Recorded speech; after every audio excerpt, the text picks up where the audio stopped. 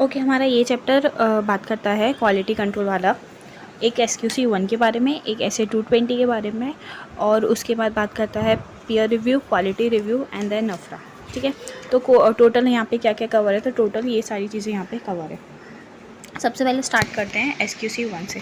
ठीक है, SQC 1 का नाम क्या था, तो quality control for firm that performs audit, review, other assurance and related service engagement. ठीक है, तो यहाँ पे क्वालिटी कंट्रोल की बात की जाएगी। किसकी क्वालिटी कंट्रोल? फर्म की क्वालिटी कंट्रोल के लिए, जो क्या करता है, जो ऑडिट का काम, रिव्यू का काम, अश्योरेंस का काम और रिलेटेड सर्विसेज का काम देता है। मतलब सब कुछ यहाँ पे कवर हो रहा है। ठीक है, अब ये SQC का पर्पस क्या है, तो इस SQC का पर्पस है कि आपके पास ऐसे स्टैंडर्ड्स हैं जो आपको एक गाइडेंस प्रोवाइड करेंगे, ताकि कोई भी फर्म है तो वो क्या कर सके, अपने आप पे एक सिस्टम डेवलप कर सके फॉर द क्वालिटी कंट्रोल।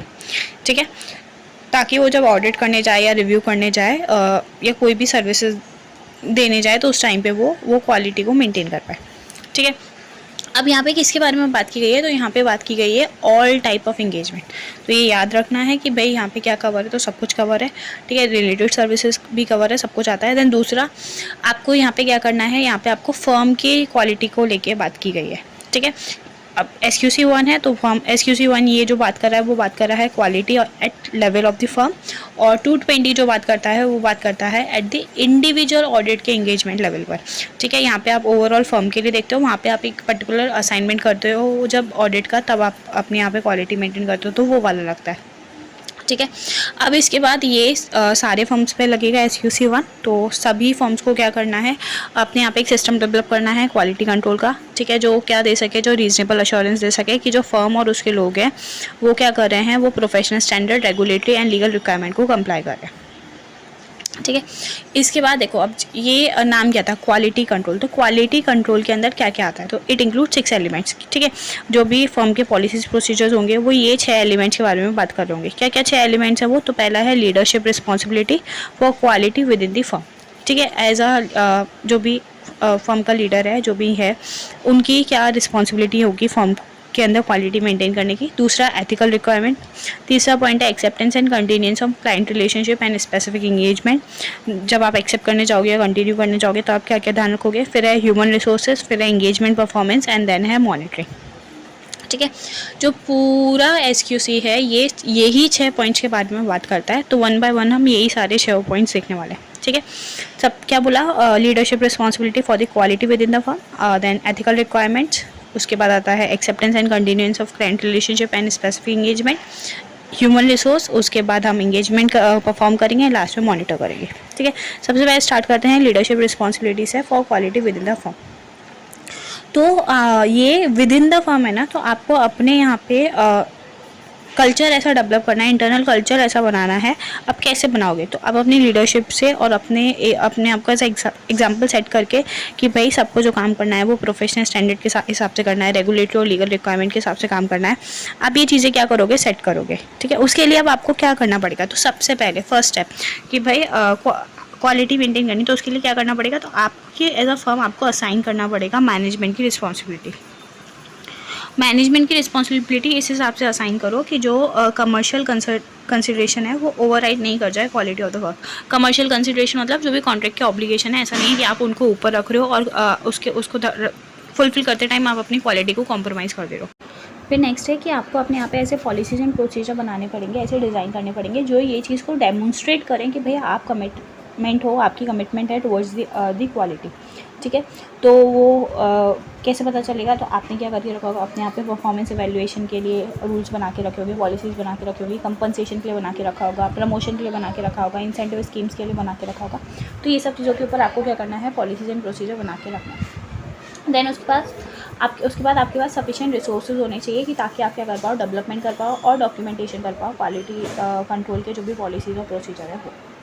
तो टोटल में क्या होगा, टोटल में ये 3 पॉइंट्स हो गए हमारे। ये तीनों पॉइंट किसके बारे में बात कर रहे थे, तो ये बात कर रहे थे लीडरशिप के बारे में। लीडरशिप में क्या रिस्पॉन्सिबिलिटी है for the quality within the firm. ठीक है, फिर नेक्स्ट हमारा पॉइंट था दैट इज़ एथिकल रिक्वायरमेंट। तो हमारे एथिकल रिक्वायरमेंट जो कोड ऑफ एथिक्स के हिसाब से बताएं वो हमें कंप्लाई करने हैं। क्या क्या है, integrity, objectivity, professional competence and due care, confidentiality and then professional behaviour. तो याद रख सकते हो, integrity, objectivity, professional competence and due care, confidentiality and then professional behaviour. वो प्रोफेशनल कॉम्पिटेंस। ओके, ठीक है। इनका एम्फेसिस क्या है कि भाई आप क्या करो, आपकी जो लीडरशिप है फर्म की, जिसके पास भी लीडरशिप है वो एक्शन ले, वो अवेयरनेस दे, ट्रेनिंग दे, मॉनिटरिंग करे, और जो भी नॉन कंप्लाइंसेज है उनके साथ डील करे। ठीक है, इधर एक इंडिपेंडेंस की बात होती है कि भाई आपको इंडिपेंडेंस का क्राइटेरिया भी फुलफिल करना है। कम्युनिकेट करो भाई लोगों के साथ, उनको अगर आपको कोई थ्रेट दिख रहा है, उस आपने आइडेंटिफाई किया है तो उसके लिए एक्शन लो, उसको एलिमिनेट करने के लिए सेफगार्ड्स लगाओ, और अगर नहीं हो पा रहा है तो विड्रॉ कर लो। तो as a code of ethics firm को क्या करना पड़ेगा, तो उनको अपने यहाँ पे सेफगार्ड्स लगाने पड़ेंगे to reduce the familiarity threat. यहाँ पे स्पेसिफिकली उसी पे फोकस है, तो वही बोला हुआ है कि भाई आपको सेफगार्ड्स लगाने हैं फैमिलियरिटी थ्रेट को ख़त्म करने के लिए, या फिर उसको एक्सेप्टेबल लेवल तक लाने के लिए, कि भाई एक ही इंसान को बहुत लंबे टाइम तक आप किसी भी एंटिटी का, किसी भी कंपनी का काम नहीं दे सकते। ठीक है, तो उसके लिए यहाँ पे बोला हुआ भी है पहला इंपॉर्टेंट पॉइंट कि भाई नंबर्स के हिसाब से, कि भाई आपकी जो भी, अगर आप फाइनेंशियल स्टेटमेंट को ऑडिट करा रहे हो और लिस्टेड एंटिटी का करा रहे हो, तो आपको एंगेजमेंट पार्टनर को रोटेट करना है। ठीक है, कितने टाइम में, तो 7 ईयर्स के अंदर। तो ये याद रखें, MCQ में शायद आ जाए तो इसके लिए, तो 7 years is the first criteria कि भाई उस टाइम में आपको रोटेट कर देना। कौन बोलता है, SQC 1 बोलता है। ठीक है, ये हो गए हमारा एथिकल रिक्वायरमेंट के बाद। इसके बाद ये भी बोलता है, आप चाहो तो एक एनुअली क्या कर सकते हो, रिटर्न कन्फर्मेशन ले सकते हो सारे अपने पर्सनल से, कि भाई वो क्या कर रहे हैं, वो सारे पॉलिसीज़ एंड प्रोसीजर को परफॉर्म कर रहे हैं। देन 2 पॉइंट हो गए, एक हमारा हो गया क्या, एक था हमारा लीडरशिप रिक्वायरमेंट वाला, दूसरा हो गया हमारा एथिकल वाला। थर्ड पॉइंट आता है acceptance and continuance of the client relationship और स्पेसिफिक एंगेजमेंट। आपको क्या करना है, आपको एक नया क्लाइंट को एक्सेप्ट करना है, या फिर आपको पुराने क्लाइंट को क्या करना है, कंटिन्यू करना है। तो उस टाइम पे आप क्या क्या ध्यान रखोगे, 3 चीज़ें चेक करने जाते हैं। सबसे पहले चेक करने जाते हैं इंटीग्रिटी ऑफ द क्लाइंट, कि क्लाइंट कैसा है। उसके बाद हम अपने आप को देखेंगे, तो हम देखेंगे क्या हम कॉम्पिटेंट भी हैं उसको कंप्लाई करने के लिए, उसको परफॉर्म करने के लिए। एंड देन लास्ट में जाके क्या हम सारे एथिकल रिक्वायरमेंट्स को फुलफिल कर पाएंगे या नहीं कर पाएंगे। तो ये सारी चीज़ें हमें क्या करनी है, चेक करने जानी है। तो सबसे पहले जब आप इंटीग्रिटी देखोगे तो आप क्या क्या चीज़ें देखने जाओगे, तो आप देखने जाओगे आइडेंटिफाई द बिजनेस। ठीक है, उनका रेपुटेशन कैसा है, क्लाइंट के प्रिंसिपल ओनर का, की मैनेजरियल पर्सनस का, एंड TCWA का, वो देखोगे। उसका नेचर देखोगे क्लाइंट के ऑपरेशन का, कि भाई वो किस बिज़नेस में है, उनका क्या बिज़नेस प्रैक्टिसेस हैं, वो सारी चीज़ें देखोगे। देन उसके बाद आप इन्फॉर्मेशन लोगे कि भाई क्लाइंट का एटीट्यूड कैसा है, एटीट्यूड टुवर्ड्स वो, टुवर्ड्स कि भाई वो कैसे अकाउंटिंग स्टैंडर्ड्स और इंटरनल कंट्रोल इन्वायरमेंट को कैसे डील करते हैं, वो सारी चीज़ें। देन उसके बाद क्या क्लाइंट ऐसा तो नहीं है कि वो चाहता हो कि भाई कम से कम फीस में ही काम हो जाए मेरा, तो वो देखने जाओगे। उसके बाद आप देखोगे कि भाई क्या यहाँ पे कोई ऐसे इंडिकेटर है जो दिखाए कि भाई हम आपके काम पे क्या लग रहा है, लिमिटेशन ऑफ स्कोप लग रहा है, तो वो देखोगे। देन उसके बाद आप देखोगे कि ऐसा हो सकता है कि जो क्लाइंट है वो मनी लॉन्ड्रिंग या अदर क्रिमिनल एक्टिविटीज़ में, उसके कुछ इंडिकेटर्स दिख रहे हो। और आप देखोगे कि भाई आपको क्यों अपॉइंट किया जा रहा है और पुराने वाले को क्यों अपॉइंट नहीं किया जा रहा है। तो ये सारी चीज़ें देख के आप जज करोगे क्या integrity of the client. Simple है, काम देखना है, क्या नेचर है वो देखना है, उनका एटीट्यूड देखना है, फीस का की तरफ उनका कैसा रोल है वो देखना है, लिमिटेशन ऑफ वर्क तो नहीं है, कोई गलत काम में तो इन्वॉल्व नहीं है, और क्यों अपॉइंट कर रहे हैं वो, पुराने वाले को क्यों नहीं कर रहे हैं, ये देख लिया उनकी तरफ से। अब आप अपने आप को भी देखने जाओगे तो अपने आप में देखोगे अपनी कैपेबिलिटी, कॉम्पिटेंस, टाइम, रिसोर्सेज, ये सब आपके पास अवेलेबल है या नहीं। तो सबसे पहले लोगों के पास नॉलेज होना चाहिए उस रेलेवेंट इंडस्ट्री का, उस सब्जेक्ट का। देन उसके बाद एक्सपीरियंस है क्या नहीं आपके पास, पहले किया हुआ है काम, नहीं किया हुआ है, वो सब। देन उसके बाद आपके पास सफिशिएंट इंसान, सफिशिएंट पर्सनल अवेलेबल भी है या नहीं, जो जिनके पास वो कैपेबिलिटीज़ और कॉम्पिटेंस हो। एक्सपर्ट अगर ज़रूरत पड़ेगी तो आपके पास अवेलेबल है या नहीं है। ठीक है, ऐसे लोग जिनको बाद में एंगेजमेंट क्वालिटी कंट्रोल रिव्यू करना रहेगा वो अवेलेबल है या नहीं, और बाद आप क्या टाइम के अंदर, डेडलाइन के अंदर उसको कंप्लीट कर पाओगे या नहीं कर पाओगे। तो ये सारी चीज़ें आपको क्या करनी है, चेक करने जानी है।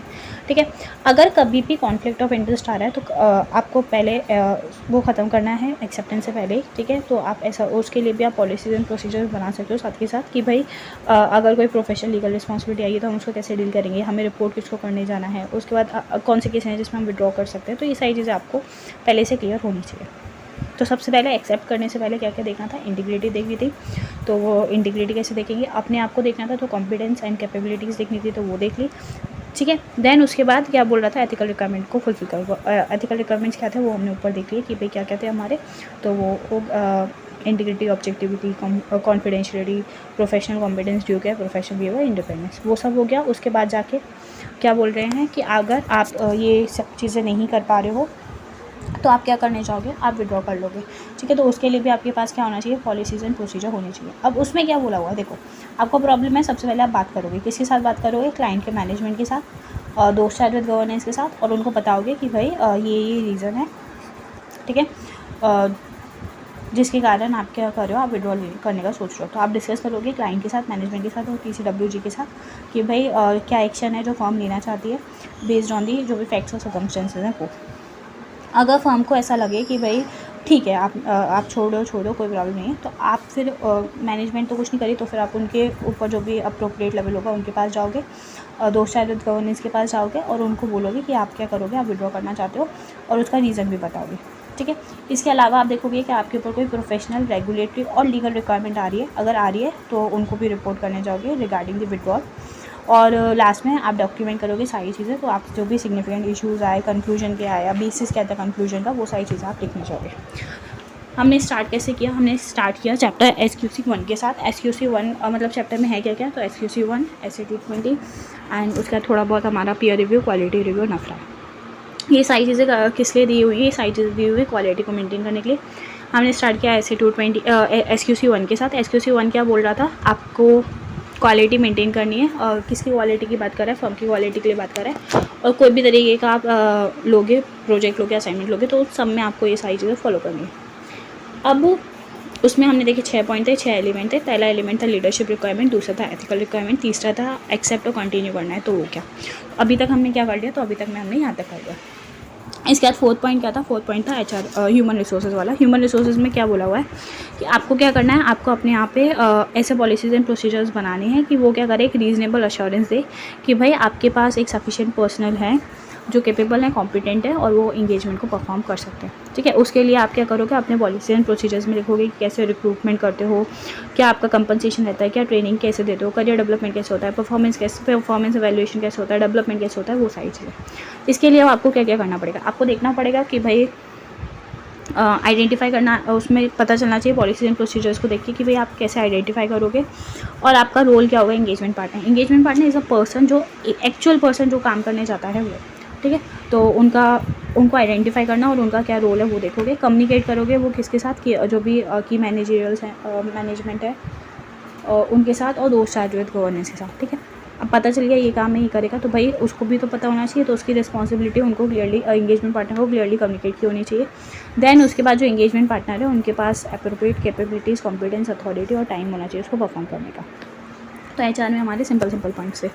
देन उसके बाद बात आती है इंगेजमेंट को परफॉर्म करने की। अब आप एक्चुअली में जाके क्या कर रहे हो, काम कर रहे हो। तो जब आप इंगेजमेंट को परफॉर्म करोगे तो उसके लिए भी आपके पास क्या होने चाहिए, कुछ पॉलिसीज़ एंड प्रोसीजर्स होने चाहिए जिससे आपको रीज़नेबल अश्योरेंस मिलता है कि भाई आपने एज़ पर स्टैंडर्ड्स और रेगुलेटरी और लीगल रिक्वायरमेंट ही काम किया।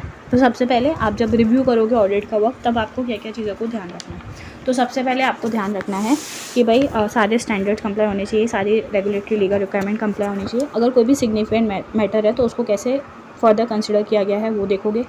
अगर आपको कहीं पे कंसल्टेशन की ज़रूरत पड़ रही है तो वो देखोगे और उसको प्रॉपर्ली डॉक्यूमेंट करके रखोगे, जैसे एक्सपर्ट कंसल्टेशन हो गया या कुछ भी हो गया। देन उसके बाद क्या कहीं किसी जगह पे आपको नेचर, टाइमिंग और एक्सटेंट को रिवाइज़ करने की ज़रूरत पड़ी है, और वॉट ऑफ वर्क परफॉर्म, ठीक है।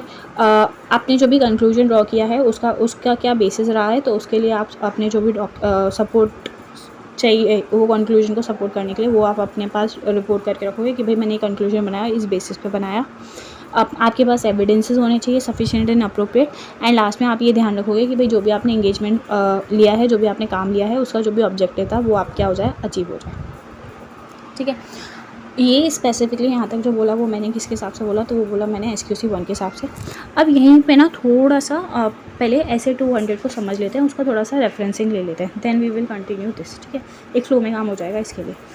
SA 220 क्या बोल रहा है, तो SA 220 बोल रहा था कि आपको क्या करना है, आपको क्वालिटी मेंटेन करनी है, ठीक है। तो क्वालिटी कंट्रोल, अब क्वालिटी किसके लिए, for the audit of the financial statement. जब आप फाइनेंशियल स्टेटमेंट का ऑडिट करने जा रहे हो उस टाइम पे, तो यहाँ पे क्या बोला हुआ है, एज एन ऑडिटर आपका कुछ रिस्पॉन्सिबिलिटी है, और वो क्या है, तो वो है कि आपको कंप्लाई करने हैं जो भी आपके ये सारे प्रोफेशनल, रेगुलेटरी और लीगल रिक्वायरमेंट्स है वो सब, और आपको रिपोर्ट करना है जो भी इश्यूज़ आएंगे appropriately as per the circumstances, आपको वैसे ही रिपोर्ट देनी है। डन। तो ये आपको काम करने जाना है। तो अब ये काम करने जाओगे तो उस टाइम पे क्या रहेगा, मतलब क्या प्रोसीजर रहेगा, एज एन एंगेजमेंट पार्टनर आपकी क्या जिम्मेदारी रहेगी। तो एज एन एंगेजमेंट पार्टनर आपकी क्या जिम्मेदारी रहती है, तो आपको सबसे पहले आइडेंटिफाई करने हैं सर्कमस्टेंसेस। क्या जब आप काम कर रहे हो उस टाइम पे ऐसा तो कहीं नहीं हुआ कि आपको इंडिपेंडेंस पे थ्रेड आ गया, वहाँ पे हम पहले चेक कर रहे थे, ठीक है, SQC1 के टाइम में यहाँ पे ड्यूरिंग दी परफॉर्मेंस अपने चेक कर रहे हैं, ठीक है। फिर उसके बाद नेक्स्ट आपको चेक करना है कि भाई आपको एवेल्युएट करनी है इन्फॉर्मेशन, कोई ऐसी इन्फॉर्मेशन तो आपको नहीं मिल रही है जिससे ऐसा हो कि फर्म का इंडिपेंडेंस ब्रीच हो रहा। देन उसके बाद अगर ऐसा हो रहा है तो आपको एप्रोप्रिएट एक्शन लेना है, एलिमिनेट करना है सच थ्रेट और उनको रिड्यूस करना है टू एन एक्सेप्टेबल लेवल। आपने जो भी काम किया है उसको आपको क्या करना है, आपको डॉक्यूमेंट करना है कि भाई आपने जो भी काम किया है वो एज़ पर फर्म पॉलिसी ही किया है। अब ये सब हो गया ना। अब देखो आप काम कर रहे हो तो आप अकेला, आपका नाम नहीं है उधर एज एन एंगेजमेंट पार्टनर, वहाँ पे आपकी फ़र्म का भी नाम जा रहा है। क्योंकि फ़र्म का भी नाम जा रहा है तो फ़र्म क्या चाहती है कि भाई क्वालिटी बेस्ट से बेस्ट हो, तो उसके लिए कॉन्सेप्ट आया है कि एंगेजमेंट क्वालिटी कंट्रोल रिव्यू का, ठीक है। बेसिकली है क्या, आप जो भी काम करोगे वो काम आपकी फर्म में से कोई एक जना या फिर बाहर का भी कोई एक जना वो चेक करेगा कि आप जो कर रहे हो वो ठीक कर रहे हो या नहीं कर रहे हो। तो अब आपका काम चेक होने वाला है, कोई एक बंदा चेक करेगा, तो you have to also make sure कि भाई वो बंदा अपॉइंट हो गया। तो आपके पास यहाँ पे ये वाली जिम्मेदारी भी आ गई कि आपको क्या करना है, आपको ये चेक करना है कि भाई वो जो इंगेजमेंट क्वालिटी कंट्रोल रिव्यूअर है वो अपॉइंट हुआ है या नहीं हुआ है। अगर आपको कुछ प्रॉब्लम आ रही है, कोई सिग्निफिकेंट मैटर्स आपको डिस्कस करने हैं तो आप वो उनके साथ मैटर डिस्कस कर सकते हो, पर डिस्कस करने से ये मत होना कि भाई आपकी ऑब्जेक्टिविटी कॉम्प्रोमाइज़ हो जाए। You have to maintain that as well, ठीक है। जब वो रिव्यू कर लेगा उसके बाद ही जाके आप साइनिंग करोगे, उसके बाद ही जाके आप ऑडिट रिपोर्ट पे डेट वगैरह डालोगे, उससे पहले आप उसको डेट वगैरह डाल के नहीं रख सकते। तो ये क्या हो गई, कुछ एडिशनल रिस्पॉन्सिबिलिटी हो गई। क्या क्या हो गई कि भाई आपको देखना है EQCR अपॉइंट हुआ या नहीं हुआ, कोई सिग्निफिकेंट मैटर्स थे तो वो आपको डिस्कस करने हैं, और आपको जब तक डेट नहीं डालनी ऑडिट रिपोर्ट पे जब तक वो रिव्यू कंप्लीट नहीं हो जाता, ठीक है। ऐसे 700 भी तो बोलता है ना कि भाई आप ऑडिट रिपोर्ट को साइन तभी करना है जब आप सारे sufficient and appropriate audit evidence ले लो। तो वही चीज़ हो गई यहाँ पे, ठीक है। ये हो गया आपकी जिम्मेदारी, आपको क्या करना था वो। As an EQCR, as an engagement quality control reviewer, उनकी भी तो कुछ जिम्मेदारी होंगी। तो कोई जनरल पहले बात करते हैं, ठीक है। जनरल क्या है, सबसे पहले आपको फर्म का इंडिपेंडेंस देखना है, आपको देखना है कि भाई क्या सिग्निफिकेंट मैटर्स थे वो डिस्कशन करना था तो हुआ नहीं हुआ, आपको ऑडिट डॉक्यूमेंटेशन का रिव्यू करना है, आपको ऑडिट रिपोर्ट का रिव्यू करना है, और आपको देखना है कि भाई जो कंक्लूजन पे वो पहुँचे हो वो सही से पहुँचे हो, वो ऑन व्हाट बेसिस पहुँचे हो, वो सारी चीज़ें एज एन रिव्यूअर चेक करने जाओगे, ठीक है। ये जो सारी बातें ये कहाँ पे बोली हुई थी, ये सारी बातें बोली थी ऐसे 200 के अंदर, 220 के अंदर सॉरी। तो ये सब वहाँ पे बोला हुआ था। अब ये हो गया, देन अपने जहाँ जो कर रहे थे अपने वही कंटिन्यू करते हैं। सबसे पहले मैंने क्या बोला था, हम अपनी SQC1 कर रहे थे। SQC1 में क्या बोला हुआ था, तो that is in general principle बोले हुए थे, इन जनरल पॉलिसीज़ वगैरह बोली हुई थी। क्या क्या कर लिया था उसमें, हमने कर लिया था, पहला हमने कर लिया था लीडरशिप रिक्वायरमेंट, दूसरा हमने कर लिया था क्या चीज़, दूसरा चीज़ आपने एथिकल रिक्वायरमेंट कर लिया था, देन हमने कर लिया था एक्सेप्टेंस एंड कंटिन्यूएंस वाला, एंड देन हमारा ह्यूमन रिसोर्स, और फिर हमारा चला था इंगेजमेंट परफॉर्मेंस। बेसिक मैंने बोल दिया था कि जब इंगेजमेंट परफॉर्मेंस करोगे तब आपको क्या क्या देखना है, तो प्रोफेशनल स्टैंडर्ड्स वगैरह, कंसल्टेशन करना, नीचे टाइमिंग एक्सटेंड वगैरह, वो सारी चीज़ें वो तो करना ही करना है। अब यहाँ पे और कुछ चीज़ें आपको करनी है, तो अब क्या करने जाना है, तो अब आपको करने जाना है कि भाई आपके सामने वाले के रिव्यू करने से आपकी जिम्मेदारी ख़त्म नहीं हो जाएगी, इसलिए पहले वो वाला डिस्कशन किया। सामने वाले के रिव्यू करने से ऐसा नहीं बोल सकते कि हाँ चलो ठीक है अब तो वो चेक कर लेगा ना, हम नहीं, तो आप रिस्पॉन्सिबल रहने वालों। दूसरा, आपको ऑब्जेक्टिविटी मेंटेन करनी है विद द रिव्यूअर, ठीक है। आप कंसल्ट कर सकते हो पर उससे आपकी ऑब्जेक्टिविटी कॉम्प्रोमाइज़ नहीं होनी चाहिए। और जितने भी लिस्टेड एंटिटीज़ हैं ना उन लोगों के लिए तो quality control review, engagement quality control का रिव्यू कंपलसरी है, मैंडेटरी। तो थर्ड इंपॉर्टेंट पॉइंट क्या हो गया, ये पहले बोला नहीं सेकंड हुआ ना, अभी तो एक ही किया ना हमने, एक 7 ईयर वाला। एक सेकंड हमारा इंपॉर्टेंट पॉइंट क्या हो गया, ये कि भाई मैंडेटरी है, सबको कराना ही कराना, ठीक है। अब जब इंगेजमेंट क्वालिटी कंट्रोल रिव्यू हो रहा होगा लिस्टेड एंटिटी का, तो वहाँ पे क्या क्या चीज़ों को ध्यान रखना है। तो सबसे पहले आपको ध्यान रखना है इंडिपेंडेंस का। दूसरा, सिग्निफिकेंट रिस्क अगर कुछ आ रहे हैं तो वो जजमेंट को लेके कि भाई मर्टिलिटी सिग्निफिकेंट रिस्क को लेके क्या जजमेंट लगाया, वो ठीक है या नहीं है। फिर आप कंसल्टेशन का ज़रूरत पड़ा, डिफरेंस ऑफ ओपिनियन आया तो उसको कैसे रिपोर्ट किया गया, क्या कंक्लूजन पे पहुँचे, उसको यूज़ किया नहीं किया, करेक्टेड अनकरेक्टेड मिसस्टेटमेंट का क्या सिग्निफिकेंस है। उसके बाद आपके मैटर्स आपने कम्युनिकेट किए या नहीं करे मैनेजमेंट और दोस्त गवर्नेंस के साथ। वर्किंग पेपर थे उनको रखो अपने पास ताकि जो पता वो सपोर्ट कर पाएँ कि आप कंक्लूजन पे पहुँचे तो कैसे पहुँचे, आपकी जो रिपोर्ट है वो अप्रोप्रिएट है या नहीं है। ये सारी चीज़ें करनी जानी है, पर कब करने जानी है, ये करनी जानी है जब हो रहा होगा लिस्टेड एंटिटी का क्वालिटी कंट्रोल रिव्यू। तो ये कुछ एडिशनल चीज़ें हैं जो आपकी जिम्मेदारी आ जाएगी। डन हुआ, ये सारा काम कहाँ चल रहा है, तो इंगेजमेंट को परफॉर्म करते टाइम ही चल रहा है। अब नेक्स्ट, अगर आपका जो रिव्यूअर है, क्वालिटी कंट्रोल रिव्यूअर EQCR, वो और आपके ओपिनियन में कुछ डिफरेंस आ जाए तो फिर क्या करना है। अगर दोनों के बीच में डिफरेंस आ रहा होगा तो एज एन इंगेजमेंट पार्टनर और EQCR के बीच में, तो सबसे पहले कोशिश क्या आपको रिपोर्ट ही तभी देनी है जब आपके रेजोल्यूशन हो जाएगा किसका डिफरेंसेस का, ठीक है। अगर आपको एक्सेप्ट नहीं हो रहे हैं उनके रिकमेंडेशन, तो आप क्या कर सकते हो, आपके यहाँ पे फर्म का कुछ पॉलिसीज़ वगैरह बना होगा, आप उसको रेफ़र कर सकते हो। आप किसी दूसरे प्रैक्टिशनर से बात कर सकते हो विद इन द फर्म, या आप चाहो तो किसी प्रोफेशनल रेगुलेटरी बॉडी से भी बात कर सकते हो, ठीक है। अब ये सारा काम हो गया। ये सारा काम करने के बाद आप क्या करोगे, आप अपना जो भी आपने काम कंप्लीट किया, जो भी आपने एंगेजमेंट में वर्क परफॉर्म किया वो ख़त्म हो गया। उसके बाद आपको क्या करना रहेगा, एंगेजमेंट फाइल बनानी रहेगी कि भाई ये मतलब सिंपल आपका सारा ख़त्म करना रहेगा कि भाई ऑडिट कंप्लीट, बात ख़त्म, ऐसा। तो वो जो एंगेजमेंट फाइल है उसमें वो आपको कब तक बनानी है, तो आपको 60 डेज़ के अंदर बनानी है from the date of the auditor's report. जब भी ऑडिटर रिपोर्ट पर आपका साइन हो रहा है, डेट है जो भी है उनकी, उस दिन से लेके 60 दिन के अंदर आपको क्या करनी है, एंगेजमेंट फाइल कंप्लीट करनी है। तो this is the third important point.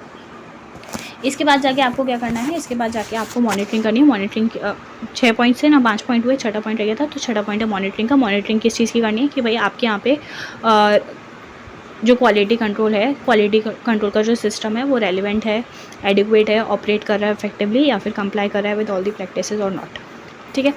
अगर जब आप मॉनिटरिंग करोगे तो आपको अपने यहाँ पे एक ऐसा सिस्टम भी डेवलप करना है कि भाई जो लोग हैं वो बता तो पाएँ कि भाई अगर कुछ प्रॉब्लम आ रही है तो कैसे आ रही है। तो जो आपके यहाँ प्रोसीजर होगा वो कंप्लेंट्स और जो भी एलिगेशंस आपके ऊपर लग रहे हैं उसको डील करने के लिए आपके यहाँ पे एक प्रोसीजर होगा, वो उसमें क्या क्या डील करना है या क्या क्या चीज़ें देखी जाएंगी। तो पहला, कोई भी कंप्लेंट और एलिगेशन आ रही है कि भाई आप प्रोफेशनल स्टैंडर्ड, रेगुलेटरी या फिर लीगल रिक्वायरमेंट को कंप्लाई नहीं कर पा रहे हो, तो वो। दूसरा, अगर फर्म के सिस्टम जो है वो नॉन कंप्लाइंस कर रहा है ऑफ क्वालिटी कंट्रोल। दूसरा, कंप्लेन हो सकती है from with in the firm और आउटसाइड दी फर्म। दूसरा, यू शुड मेक श्योर कि भाई जो आपके पर्सनल है, फर्म की पर्सनल है, वो रेज कर पाएँ concerns without the fear of reprisal, ठीक है। और कौन कौन कंसर्न्स दिखा सकता है, तो कौन कौन कंप्लेन कर सकता है, तो वो है आपके फर्म की पर्सनल, क्लाइंट या फिर कोई भी थर्ड पार्टी। आपके यहाँ पे एक डिफाइंड चैनल होना चाहिए जिससे आपके यहाँ पे अगर किसी को कंप्लेन करनी है तो वो कर पाए। देन उसके बाद क्योंकि आप पे कोई कंप्लेन आई है तो आपके यहाँ पे इन्वेस्टिगेट भी होनी चाहिए वो कंप्लेन और एलिगेशन। उसके लिए एक पार्टनर सुपरवाइज़ किया होना चाहिए जिसके पास सफिशिएंट एक्सपीरियंस हो, अथॉरिटी हो। वो सारी चीज़ों को क्या करेगा, क्या कंप्लेन आई, उसका क्या रिस्पॉन्स दिया गया, वो सब चीज़ों को डॉक्यूमेंट करेगा। और अगर नॉन कंप्लाइंसेस दिखता है फर्म के अंदर कि भाई उन्होंने क्वालिटी कंट्रोल के सिस्टम को फॉलो नहीं किया, तो आप क्या करोगे, अप्रोप्रिएट एक्शन भी लेने जाओगे। फिर इसके बाद हमारा नेक्स्ट पॉइंट आता है जिसमें हम कुछ मैकेनिज़म्स के बारे में बात करते हैं कि हम अपने क्वालिटी कंट्रोल को कैसे रिव्यू करते हैं। तो उधर 3 पॉइंट्स दिए हैं, एक है पीयर रिव्यू बोर्ड, दूसरा है क्वालिटी रिव्यू बोर्ड, तीसरा है नफरा। पीयर रिव्यू बोर्ड बेसिकली क्या है, तो ये ICI ने बना के रखा है, ठीक है। इसमें देखते हैं ICI कि भाई जो भी मेंबर्स हैं वो उनके पास टेक्निकल, प्रोफेशनल और एथिकल स्टैंडर्ड्स को वो लोग कंप्लाई कर रहे हैं या नहीं कर रहे हैं, जितनी भी रेगुलेटरी रिक्वायरमेंट्स है वो फुलफिल कर रहे हैं या नहीं कर रहे हैं। उनके यहाँ पे ऐसा सिस्टम है क्या जो दिखाए कि भाई जो वो रिपोर्ट देंगे या जो भी वो सर्विसेज देंगे वो उसमें क्वालिटी होगी अश्योरेंस सर्विसेज में, ठीक है। तो यहाँ पे बेसिकली बात क्या की गई है, तो यहाँ पे जो आप कैसे अपनी क्वालिटी को इनहेंस कर सकते हो वो चेक करने के लिए उन्होंने क्या करा है, एक पीयर रिव्यू बोर्ड बना दिया है। बेसिकली यहाँ पे क्या हो रहा होता है, एक CA फर्म का दूसरा CA फर्म ऑडिट कर रहा होता है, ऐसा समझ सकते हैं आपने, ठीक है। ऑडिट से बेटर वर्ड है कि रिव्यू कर रहा होता है, ठीक है। तो पीयर रिव्यू का मतलब क्या हो गया, यहाँ पे एग्जामिनेशन हो रहा है और रिव्यू हो रहा है किसका, सिस्टम का और प्रोसीजर का, कि भाई जो भी आपने लिख के रखा है वो सब अप्लाई हो रहे हैं या नहीं हो रहे हैं बाय दी प्रैक्टिसिंग यूनिट, ठीक है। और जिससे आप क्या करोगे, इंश्योर करोगे कि जो क्वालिटी है अश्योरेंस सर्विसेज की वो फुलफ़िल हो रही है या नहीं हो रही है, वो लोग सारे टेक्निकल, प्रोफेशनल, एथिकल स्टैंडर्ड्स और रेगुलेटरी रिक्वायरमेंट को फुलफ़िल कर रहे हैं या नहीं कर रहे हैं, ठीक है। कोई भी एक CA फर्म या कोई भी एक प्रैक्टिसिंग यूनिट, यहाँ पे प्रैक्टिसिंग यूनिट वर्ड है, तो अगर उस पर पीयर रिव्यू लग रहा होगा तो जो क्या देती होगी, जो इंश्योरेंस का सर्विसेज देती होगी, तो उनका क्या कराया जा सकता है, उनका एक पर्टिकुलर पीरियड के बाद टाइम पे पीयर रिव्यू कराया जा सकता है। जब पीयर रिव्यू कंप्लीट होगा तो पीयर रिव्यू का सर्टिफिकेट दिया जाएगा। अगर अनक्वालिफाइड रिपोर्ट आई तो ये कौन देगा, तो पीयर रिव्यूअर देगा। पीयर रिव्यूअर बेसिकली वो सेकंड वाली एंटिटी जिसने क्या करा होगा, उनका रिव्यू किया होगा। और अगर क्वालिफाइड रिपोर्ट आ रही है तो उसके केस में फिर हम लोग प्रैक्टिसिंग यूनिट को सर्टिफिकेट नहीं देंगे और उनका फिर बाद में बोर्ड चाहे तो फॉलो ऑन रिव्यू करा सकता है। दैट इज़ हमारा पीयर रिव्यू। देन उसके बाद आता है क्वालिटी रिव्यू बोर्ड। तो quality review board central government ने बना के रखा है, ठीक है। इसमें मेंबर होते हैं सेंट्रल गवर्नमेंट के और ICI के। बेसिकली इनका काम क्या है, तो ये रिकमेंडेशन देते हैं काउंसिल को कि भाई how they can maintain the quality of the services. उसके बाद नेक्स्ट है ये रिव्यू करते हैं क्वालिटी ऑफ सर्विसेज जो भी मेंबर्स प्रोवाइड कर रहे हैं, जिसमें हमारी ऑडिट की सर्विसेज भी आ जाएगी, और ये गाइड करेंगे मेंबर को ताकि क्वालिटी को क्या करा जा सके, इम्प्रूव किया जा सके। देन थर्ड है हमारी NFRA. NFRA is national financial reporting authority, NFRA।